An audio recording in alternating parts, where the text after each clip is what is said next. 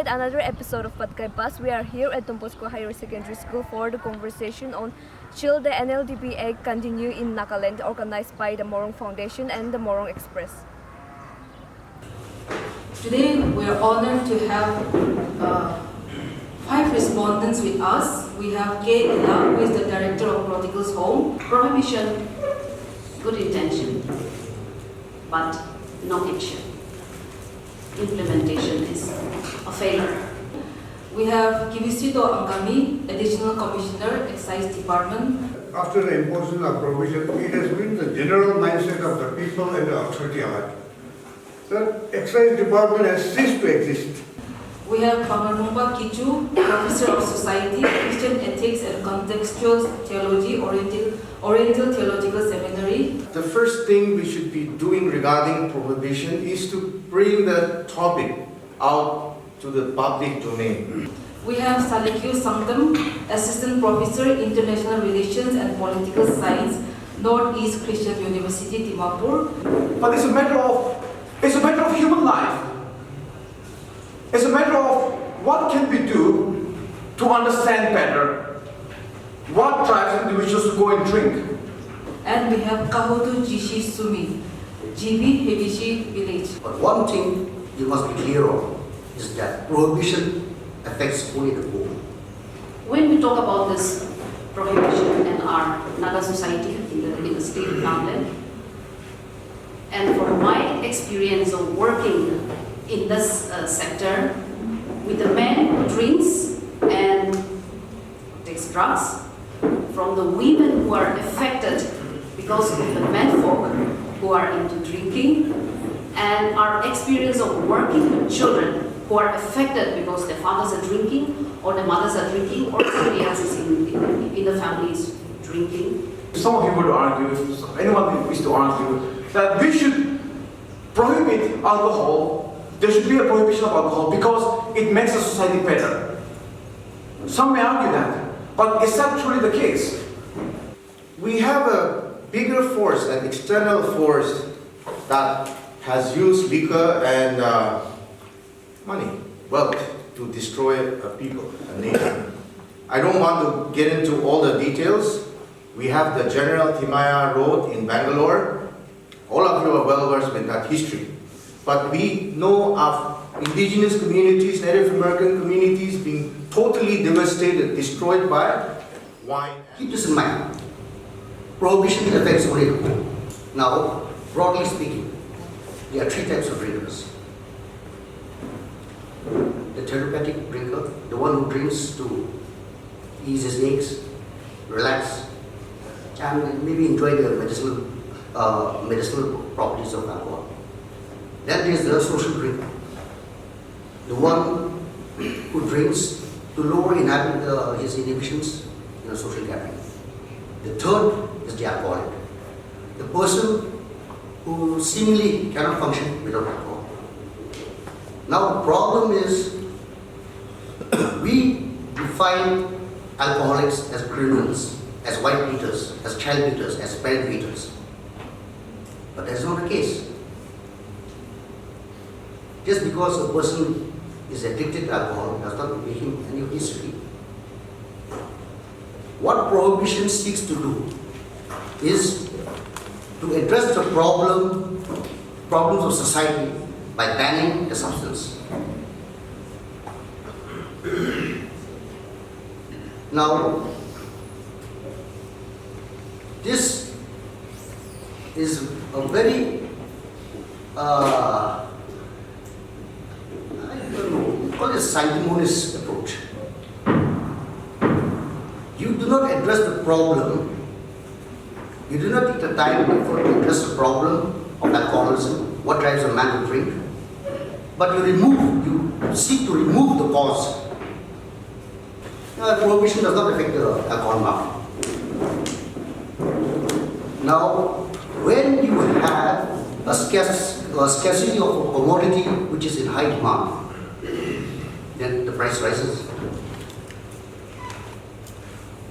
And the price rise is proportional to the desperation of the buyer. Now, as I said before, the rich man, he can afford it. no matter how much it costs. But the poor man will be driven to crime, to purchase alcohol. He'll start beating his wife and children out of frustration. Now, prohibition is exacerbating the problems that it seeks to address.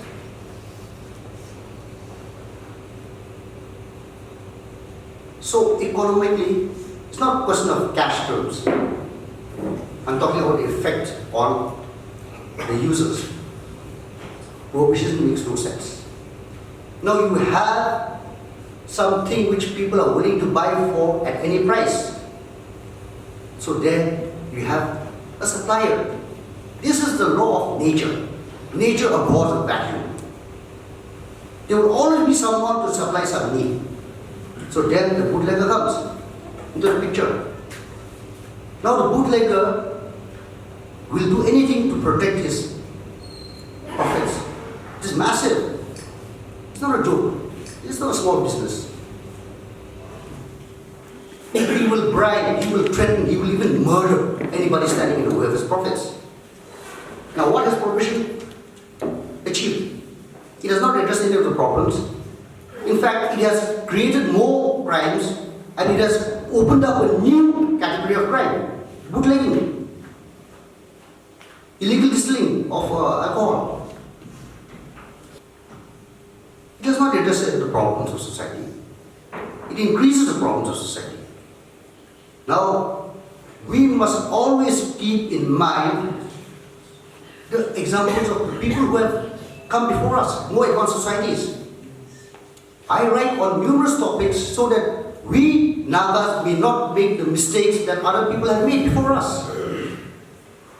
Now the United States of America, they tried prohibition for 13 years. 1920 to 1933. What did it achieve? Nothing. Even if there's no drinking, alcohol does not make a society good or bad. It's the individuals.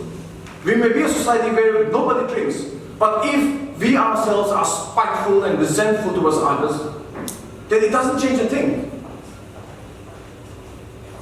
I think we should be focusing more on what drives individuals to drink, rather than whether we should ban, because even if there's alcohol prohibition, there will be people who drinks, and there are. Even if we leave the alcohol ban, there will be drinkers. You may say, yeah, because if we lift the alcohol ban, there will be more tax revenues for the government. But are we truly, you are willing to destroy human life, your brothers, your family members, your relatives, for the sake of some revenue? Truly. I think we keep forgetting our society. It's not a matter of, we keep forgetting that human life matters. Sometimes law, government law, they disregard human life, the essence of human life that makes up the society. We must take their interest into account, rather than simply saying we are against alcohol or we are against the prohibition or for prohibition. In fact, if you look at, there are so many studies have been done. For instance, one very good example which I was going through as I was doing my research for this alcohol prohibition thing, in the United States, what happened was that whenever the prohibition was installed in the 1920s, it was an utter failure in every front. No law enforcement. Enforcement was very, very weak. Not only that, it encouraged the number of deaths because of consuming poisoned alcohol increased. Are we not facing that in our society? Prohibition increased and exacerbated the alcoholic problems in America. Do we not have that over here in the land of, I suppose, Nagaland for Christ? Is none of your family members not affected by alcohol? If you go and ask them why they drink, there is a reason why they drink. Maybe it's a society that drives us to go and get some relief from alcohol as a temporary relief. And what do we get? We get an addiction, alcohol addiction. And trust me, once a person is addicted, it's a lost cause. there are very few individuals who can overcome addiction. And I can cite so many scientific papers to show you that, but later on. Even now, there are still debates in the scientific community about how to treat addiction, alcohol addiction. So numerous individuals, numerous lives, so many precious lives have been lost because of alcohol. Now instead of just arguing for our kids, I think we have to bring in this human aspect as to what drives individuals to go and drink, searching for alcohol so that it may bring some sort of relief to their pathetic, miserable life. I think all of us, we agree on that, and that's why we're here to see that something needs to be done. For a population of 72, there is one police person. For a population of 5,981, there is one excise personnel. You can just assess, you see, how much we are ill-equipped, understaffed. So this is one area. You see, at times we are also very much discouraged because we cannot function to our full potential. Now when you see the strength, you see, to cover Dimapur area is not a joke. No doubt we are not discouraged, but still continuing with our effort. But whatever we can do, we are doing it. You see, we cannot do any miracle because there is resource constraint, means are there. So all these things come into play. And so far our neighboring state is not dry. You see, you can just expect daytime, nighttime, because profit motive is there. Somebody is making the money. You see, just during election, a bottle of this liquor rum, it costs 200 here. Kohima, 5 p.m., 500 rupees, 7 p.m., 800, 10, 11 p.m., 1,000. You see how the price goes up. So you see, so far there is demand. You see, there's somebody to take care of your needs. So it is only a matter of whether you will pay it or not. No, the profit motive is very high. We talk about revenue loss.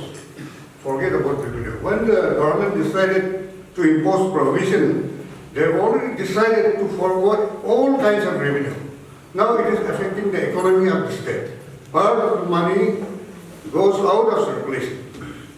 You see, Assam, how much they are earning? In terms of thousands of crores. So we are paying them. We are making them rich. And here in this context, I think all the stakeholders, NGOs, all this thing has to come. Don't think that it is police excise personnel. It is your problem. If something is going on in your locality, will you wait for the police or excise? Or will you intervene there? So, you see, community, wards, all these things come together. Otherwise, you see, we cannot wait for things to take care of itself. The review, I think, should be reframed in the context of a public policy. Common good. Prohibition is not the exclusive property of the church, the so-called institutional church. It is a public policy, it is a public property. It must address all stakeholders, all voices, and we need to relook at it from the perspective of a citizen's responsibility. The dialogue should happen in the spirit of respect and listening. Stakeholders should be able to come to listen and learn, not to defend your position or come with answers. We have to be open to learn from each other. I think the church, when the prohibition was forced upon, 1989, the church was responding to a social crisis. It was more of a reaction. We know of the peace mission, we know of the prohibition, we know of the clean election campaign. Clean election campaign in one way has been thought through in some way, although there are a lot of criticisms. But in all these three, there were no bodies to actually take this up. There were no bodies.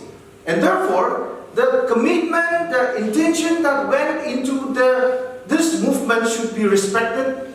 It was a well-meaning, reaction responds to a social crisis but has resulted in many unintended consequences.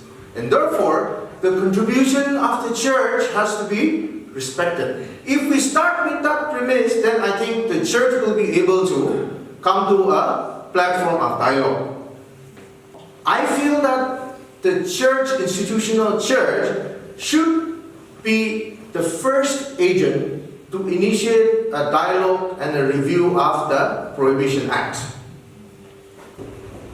Prohibition is a total failure. We all agree on that. And if at all today we have to say whether prohibition is to continue or not to continue, my take on it, if we have to continue, we have to revisit, review the whole thing and see what can we do to improve the situation that we are in today. 1989, 30 years down the line. I think we are all of us, a lot of us we blame the church, a lot of us we blame the government, but today I also want to say, we also need to blame each and every one of us. We have to take the blame. We ourselves also we have to take the blame, because if it's the church, then we are also the church. If we say the government, we are also part of the government in one way or the other. So to be very honest, I think we have to accept the fact that we as individuals, we have also failed in our responsibility. We're not just depending on a department or a church or a building or an institution, but every one of us, we have a role to play. So when we talk about prohibition, I want to very honestly say, have we really done our part as individuals? How much have we, you and I, how much have we taken our role seriously, even as a responsible citizen of the state, to make this prohibition work? And if it doesn't, and if we say lift this prohibition, do away with this nonsense prohibition, which has become more of a mockery, a shame, a disgrace, then how do we ensure that all of our citizens are responsible and put in the collective effort? I think the main agenda, the main issue here is individual responsibility and collective action. Through the churches, through the tribal organizations, through the colleges, through the schools, through the universities, through the individuals, all of us, the departments, whichever key stakeholder departments that are there, every one of us, we have to have our own roles spelled out, take the ownership. I think we have to take the ownership. We really don't take the ownership as long as I'm not affected directly. What I observe is the hypocrisy, because we say there is total prohibition, but there is like booze is flowing like a river. When you have an act like prohibition hanging with contradiction, it becomes very normal to live a hypocritical life. And it's not just the Christian, but all of us switch between different multiple moral selves. You try to be an owl during Moatsa, you try to be Christian during Christmas time. Our lives, we invoke different moral frameworks depending on what serves us, what serves our pragmatic purposes. And at the end, everything becomes so cheap. And that is the result of a society that is still in transition. Are you aware that last year the police seized 1 truckload of alcohol? Are you aware that a certain village council came and told the policemen that this is our land, this is our jurisdiction, we will handle this issue? Are you aware that the superintendent of police had to apologize to the village council? Where was the church then? The police were enforcing what they did, or what they were enforcing their duty. This is what's happening. This hypocrisy, as Madam Amuna said, this is what gets me. Our hypocrisy. And the institutional hypocrisy of the NBCC is going too far. No. Our silence is taken as consent. It's time to speak out. It is high time to speak. When I studied the matter, I also agree with Dr. Kawato, with our respondent, Speaker Kawato, that it was a quick fix solution. That's my observation. Because having been the department and having gone through this issue for a pretty long time, because it's 30 years after this NLTP Act was enacted. I don't see the church taking any proactive initiative. Did the church ever call any of the organizations and had a review that type of things, taking stock of the situation, where this is leading to? Is it going off tangent or what? That kind was not ever seen in the public domain. So this is a thing to be seriously pondered upon. When we say that they should not drink, alcohol ban is there, prohibition is there, you should not do that, we are in fact indirectly telling them you should try. When it is not available. Officially it is not available. But when we're saying that you should not do, that they want to do it, they want to try. And I think the younger folks will agree to that. So I am against prohibition. I would say I am against prohibition. And ways and means to lift and tackle the way how to do about with the prohibition. There are many ways and means. And the point that our officer just recently mentioned about the hologram thing, we may not reach that, but there are ways and means where we can control purchasing and selling of and strictly monitoring. See, even if you increase 300% above the price, drinkers will definitely go for it. And it has already skyrocketed now. But now the question is, who are the people who stand and say that we have to lift this? Where is the platform? Are we the right platform? Like our GB has said, stakeholders. Yes, stakeholders, now we hear a lot, everybody is a stakeholder.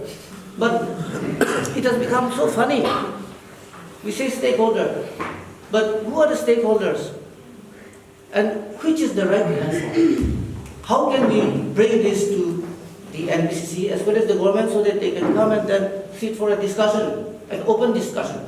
And another thing that I would like to request our government officials is, the way you have presented yourself today, this has to be presented accordingly to the ministers and commissioners concerned. The problems that you are facing has to be spoken today like you have done.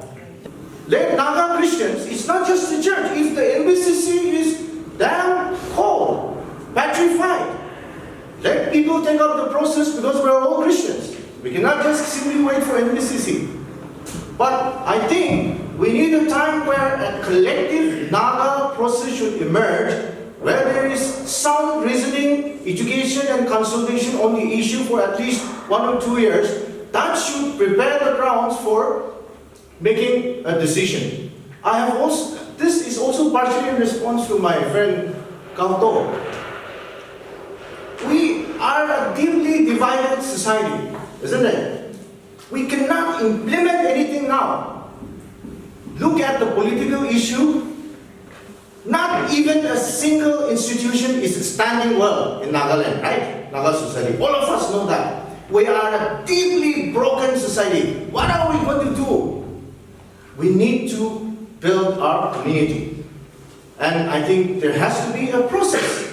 We are just being held, this fragile Naga society, because of the prayers of our mothers, of women. We need to know that. I don't want to spiritualize it. And so, I think if the church is not coming out, the citizens, we must democratize the process. The citizens, Christians, citizens should take it forward. And I would like to request the organizers to take this forward to other platforms. It's a small initiative, but I continue to congratulate you, and this must continue. Thank you. Discuss on whether to continue or not to continue. For me, whether to continue or not to continue is something, but my concern is our people, they should not be killed, they should not die young because of alcohol and drugs. Our families and society should not be in confusion, in a mess because of misuse and abuse of alcohol and drugs, whatever. Everyone should have a purposeful, meaningful life, and every one of us, we need to put in all effort that is there, that we all can do to save our societies, our families, our state, so that we are a contributing society, a productive society, a healthy, happy society. That's the main concern. With or without prohibition, that's where we should be. Thank you. It was a very nice discussion today, but I was very disappointed that there were not many speakers who spoke for the motion. Most of them were, that prohibition should be lifted. There was not much comments from the speakers that prohibition should continue. So I think that gives us a general view of what government has in mind. And also we have seen online on various forums, especially in the Naga blog, we conducted a survey, and an overwhelming 95% of the members who took part in the survey, they suggested that the prohibition should be lifted. Exactly, this prohibition.